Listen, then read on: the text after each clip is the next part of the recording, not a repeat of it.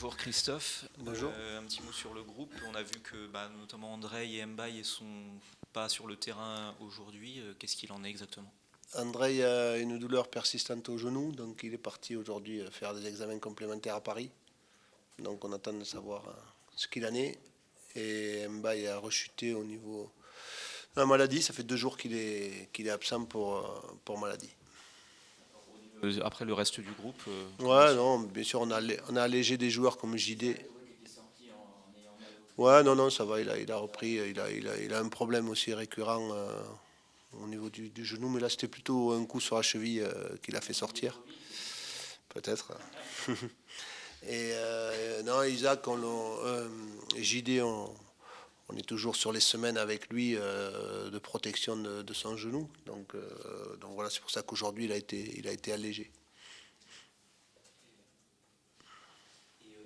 En ce qui concerne Nuno, on l'a vu faire ces derniers jours de la course avec et sans ballon. Où est-ce qu'il en est, lui?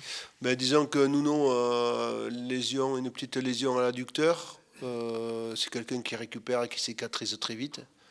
Donc il y a possibilité qu'il soit disponible dimanche. On fera un essai avec lui demain.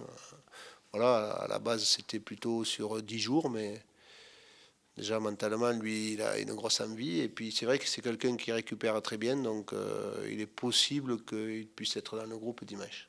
Et pour terminer, pour Radou, il doit passer ses examens. Vous n'avez pas encore fait totalement une croix dessus. Vous attendez. Non, on attend de savoir. Il rencontre le professeur à Paris, donc on attend aujourd'hui d'avoir un peu le diagnostic par rapport à ça. Pareil pour Mbaye, du coup, pas de Ouais, croix. ouais, non, non, pour le moment, il n'y a pas de forfait acté. Après, comme j'ai dit, demain, on prendra la décision des états de forme de chacun. Brest-Agia, c'est le 15e qui reçoit le 16e. Un point d'écart entre les deux équipes. Il reste encore 4 matchs à disputer, et donc encore des points à distribuer. Mais est-ce que vous avez l'impression que ce match-là peut être un match bascule, peut-être voilà, crucial pour le maintien? Crucial, oui et non, parce que il va falloir sur les 4 matchs prendre des points contre qui que ce soit, c'est ce que j'ai dit depuis le début.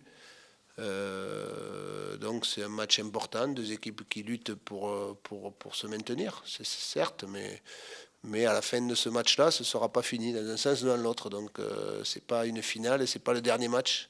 C'est comme ça qu'il faut l'aborder, comme on a abordé jusqu'à présent tous les matchs, avec l'envie de faire une très grosse performance nous. On sait que Brest est une équipe très performante à la maison. Je trouve qu'elle nous ressemble un peu sur les matchs à la maison, avec un stade qui ressemble ici aussi, où c'est que ça pousse beaucoup. Ben là, ce sera contre nous. Donc on a été capable, je pense, d'assumer ça au Vélodrome. Donc voilà, après c'est un match et c'est un moment de la saison, comme je dis aux joueurs, qui est très excitant. Parce que voilà, c'est le money time, comme on dit, et c'est là où c'est que voilà, il faut faire preuve de beaucoup de caractère. Et est-ce que sur l'approche psychologique ou mentale, est-ce qu'il y a eu un accent particulier mis dessus? Parce que vous disiez, après le match contre Clermont, que peut-être vous aviez senti à certains moments que l'enjeu pesait. Est-ce que ça, c'est une Non, préoccupation? je ne pense pas que ce soit une question d'enjeu. Après réflexion, je pense qu'on a beaucoup puisé aussi sur le match de Marseille, que ce soit sur le plan mental et sur le plan psychologique et sur le plan physique. Il y a peut-être eu derrière une petite décompression. Après, attention comment on juge le match de Clermont, parce que pour l'avoir revu, on a eu affaire à une très belle équipe aussi. Et qui, ses résultats à l'extérieur, notamment dernièrement, on avait vu qu'ils étaient capables de gagner beaucoup de matchs à l'extérieur. Donc voilà, on peut toujours avoir le regret de dire ouais, on menait, on aurait dû tenir, on aurait dû faire ça. Peut-être qu'on n'a pas fait notre meilleur match, loin de là, bien sûr. Mais vous savez, quand on fait de match, c'est jamais très rationnel, les matchs, jamais très rationnel les résultats. Donc voilà, ce que je dis aux joueurs, c'est que il n'y a pas d'approche particulière, c'est simplement ce match-là. C'est sûr que ces matchs-là, les 4-5 derniers matchs, se jouent beaucoup sur l'aspect psychologique. Je crois que c'est la tête maintenant qui commande les jambes. On va pas... Tout le monde est fatigué, c'est normal. Toutes les équipes, on ne peut pas avoir ça comme excuse. Et donc, voilà, la tête conditionne tout. Est-ce que vous comprenez que de l'extérieur, il y ait les regards convergent vers ce match-là? au regard de votre calendrier, au regard du Bien faible sûr. écart de points entre les deux équipes. Non, mais bien sûr, je veux dire que l'extérieur regarde sur ce match-là, que les autres équipes regardent ce match-là, c'est leur problème, c'est pas le mien. Nous, notre problème, c'est être performant, tout simplement. Voilà, j'ai lu que Nantes était très, comment dire, très positif parce qu'il disait que notre calendrier était trop difficile. Voilà, mais je lis des choses, bien sûr. Je ne dis pas que ça va être un calendrier facile, mais voilà, dans l'adversité, c'est là qu'on doit montrer du caractère, de l'ambition. Vous disiez que c'était deux équipes un petit peu similaires, en tout cas au niveau de la production à domicile. Ces deux équipes aussi, je crois que c'est les deux seules qui ont marqué plus de la moitié de leur but sur coup de pied arrêté. Est-ce que vous avez davantage insisté sur cette phase à l'entraînement en vidéo et comment on fait justement pour essayer un petit peu de contrecarrer les combinaisons adverses? On analyse beaucoup, on a déjà des vidéos, comment ça se passe? Oui. Mais de toute façon, ça c'est sur tous les matchs. Il y a mon staff, que ce soit Olivier, entraîneur des gardiens, que ce soit Denis, que ce soit Jean-Marie, qui sont préposés aux coups de pied arrêtés. Donc, ils travaillent beaucoup sur les coups de pied arrêtés adverses, que ce soit défensif ou offensif. Et on a toujours cette façon de travailler. Et on est quand même, oui, on est une des équipes les plus performantes de Ligue 1 sur les coups de pied arrêtés par rapport à ça. Parce qu'à la fois, on a de très bons tireurs. Et je trouve que défensivement, c'est aussi une question de détermination. On va avoir affaire à une équipe qui a aussi de très très bons tireurs et de très bons joueurs de tête, avec de la taille, avec de l'engagement. Voilà, chaque coup de pied arrêté, je pense, dans un sens ou de l'autre, va être une belle opportunité de marquer.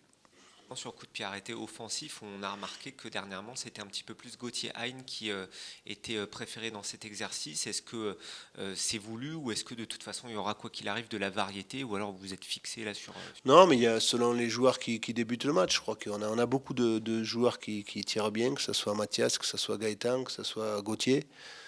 Donc Raveloson aussi avait marqué Ryan un but à Lorient. Mais, voilà, mais je pense que c'est aussi les joueurs qui sont sur le terrain. Il y a Hamza aussi qui tire très bien. Donc voilà, on a beaucoup de très bons tireurs. On a des joueurs qui sont capables aussi d'être bons dans le jeu aérien. Donc voilà, nous aussi de montrer nos forces. On en parle un petit peu là sur les phases arrêtées du jeu aérien, mais c'est quelque chose qui a été mis en avant sur ces derniers temps sur la force de Brest, justement sur le jeu aérien. Est-ce que ça c'est quelque chose qui s'est traduit, que vous avez aussi remarqué lors de votre analyse? Bien sûr, je crois que quand on joue, chaque équipe a des forces. Celle de Brest, on les connaît très bien avec notamment des joueurs offensifs qui sont de très grosse qualité, avec le Doiron qui est en super forme à l'heure actuelle, avec Mounier qui est à la tête, et puis leurs super joueurs de ballon et de vitesse comme on aura, comme Del Castillo, Pereira. Voilà, on a tous eu leur qualité, et voilà, maintenant il y a des choses à contrecarrer chez eux, mais on a aussi nos qualités à faire valoir. Il ne faut pas préparer les matchs qu'avec les qualités des autres. Il y a aussi nos qualités à mettre et nos forces à mettre sur le terrain, et on en a. Sur le plan physique et de la régénération, est-ce que voilà, vous avez pu travailler un peu mieux entre guillemets cette semaine que la semaine passée où certains joueurs étaient un petit peu gênés? Moi, l'avantage cette semaine, c'est que on a eu beaucoup plus de monde sur le terrain. Voilà, il y avait un peu moins de monde en soins ou à la réathlétisation. Donc déjà, c'est déjà un bien. Il y a des joueurs qui avaient repris la semaine dernière, comme je pense à Noah, qui a fait quand même une semaine de plus de préparation, plus 60 minutes de match. Donc voilà, c'est des joueurs qui montent en puissance aussi. Et voilà, c'est le lot, je dis, des fins de saison. Il faut que tout le monde soit prêt, et tout le monde l'est. Vous avez parlé des forces de votre équipe, c'est aussi ces supporters qui seront une nouvelle fois présents à Francis Leblé. Il y a, je crois, 6 cars qui vont partir à 4 heures du matin. Le parcage de 650 supporters sera rempli.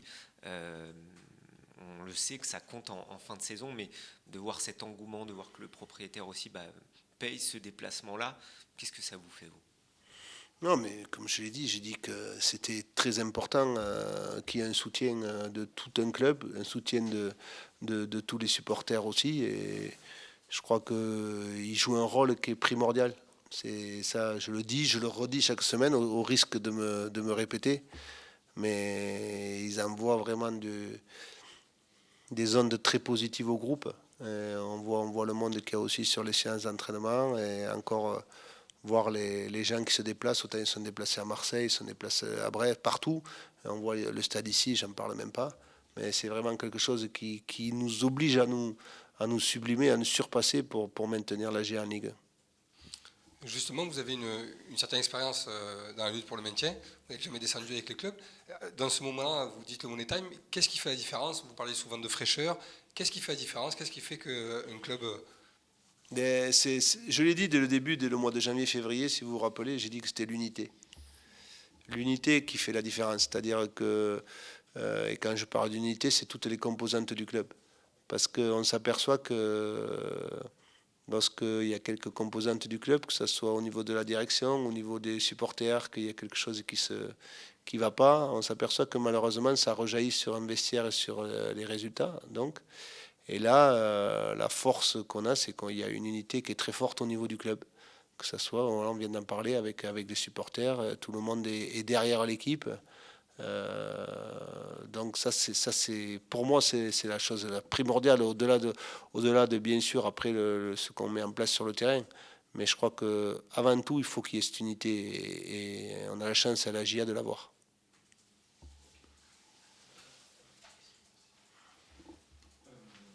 Du coup, il y avait cette interrogation à un moment donné, mais vous allez garder Isaac Touré pour la fin de saison, alors qu'il était susceptible de jouer la Coupe du Monde. Oui, j'ai eu une interrogation pour vous, mais il y a bien longtemps que le sélectionneur national sait que je ne le libérerai pas. Donc, il n'y avait pas de doute pour moi.